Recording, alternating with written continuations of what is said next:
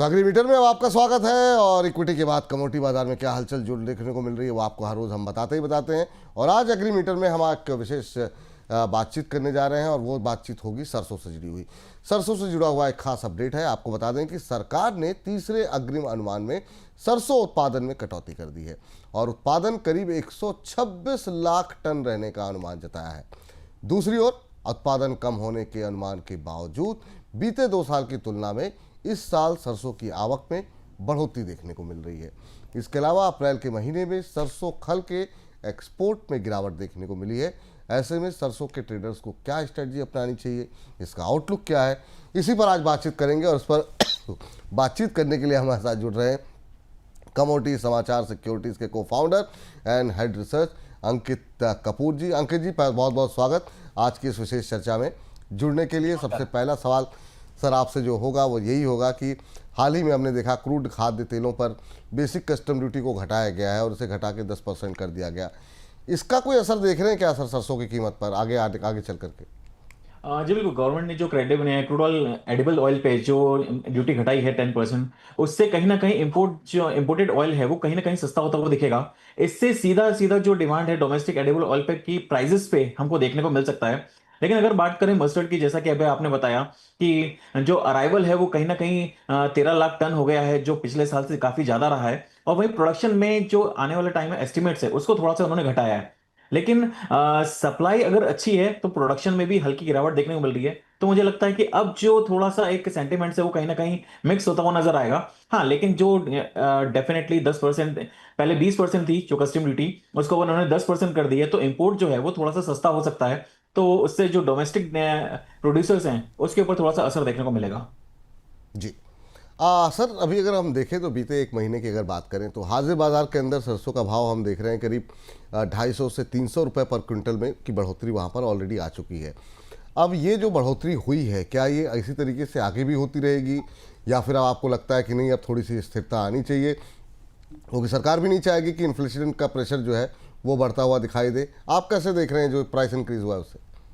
देखिए, सरसों इस समय अगर देखा जाए तो एमएसपी के ऊपर चल रही है, और एमएसपी के ऊपर चलने का जो सबसे बड़ा रीजन यही है कि इसके अंदर डिमांड कंटिन्यूसली मार्केट के अंदर थी। लेकिन जिस तरह से इन्होंने इंपोर्ट ड्यूटी घटाया है तो गवर्नमेंट का, जैसा आपने बोला कि वो नहीं चाहती इन्फ्लेशन बढ़े, उसी की वजह से कहीं ना कहीं ये इंपोर्ट ड्यूटी का असर हमको देखने को मिलेगा। और अब बहुत ज्यादा इसके अंदर तेजी देखने को नहीं मिलेगी, लेकिन हाँ, जो सपोर्ट प्राइस है, जो एमएसपी प्राइस है, उसके ऊपर रहने का अनुमान रह सकता है।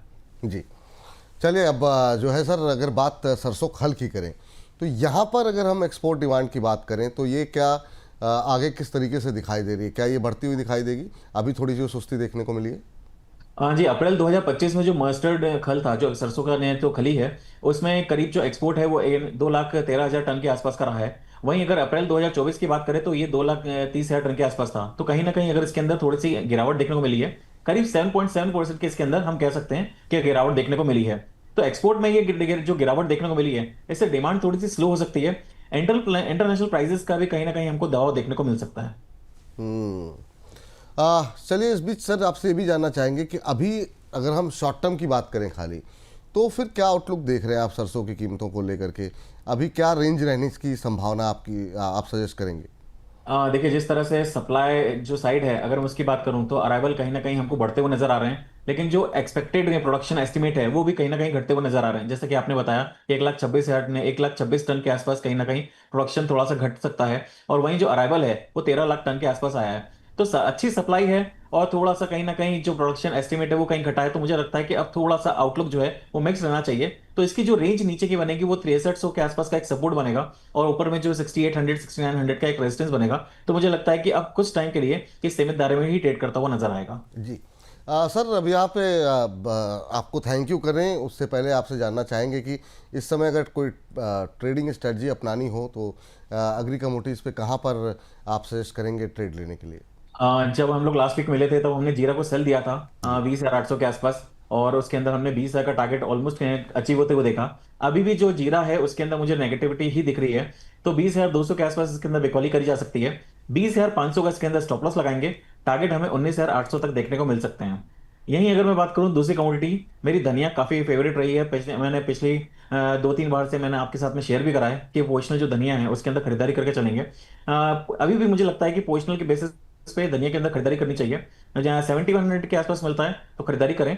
स्टॉप लॉस जो पोजिशनल बेसिस पे रहेगा वो 6700 का रहेगा। आने वाले टाइम में 3 से 4 महीनों में हमें 8000 तक के लेवल्स देखने को मिल सकते हैं। जी चलिए, तो ये यहाँ पर जो है ट्रेडिंग स्ट्रेटजी निकल करके आती हुई स्क्रीन पर जरा लेकर के आ जाइए ट्रेडिंग कॉल यहाँ पर सर की। तो यहाँ पर जो है खरीदारी की सलाह दी जा रही है। धनिया में जून फ्यूचर खरीद के चलें 7100 के आसपास, और यहाँ पर आपको एक स्टॉप लॉस रखा गया है जो आपको फॉलो करना है, वो 400 रुपये नीचे है। 6700 का स्टॉप लॉस रखें और ऊपर की तरफ 900 रुपये ऊपर के टारगेट यहाँ पर निकल करके आते हुए 8000 के लक्ष्य के लिए खरीदारी करने की सलाह है धनिया के अंदर। इसके अलावा कहाँ खरीदारी करके चलनी है, खरीदारी नहीं बिकवाली करके चलनी है।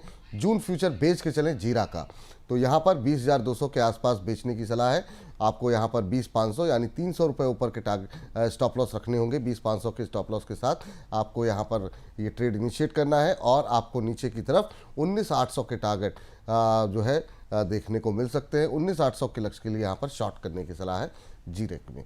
सर बहुत बहुत शुक्रिया, बहुत बहुत धन्यवाद। कोई टिप आपकी, कोई डिस्क्लोजर चलते चलते? जी, मार्केट में मेरी कोई भी पोजीशन नहीं है, हम लोग कॉल्स प्रोवाइड करते हैं, उसके चक्कर में क्लाइंट्स की पोजीशन हो सकती है। बहुत बहुत शुक्रिया सर, बहुत बहुत धन्यवाद आज की इस चर्चा में जुड़ने के लिए।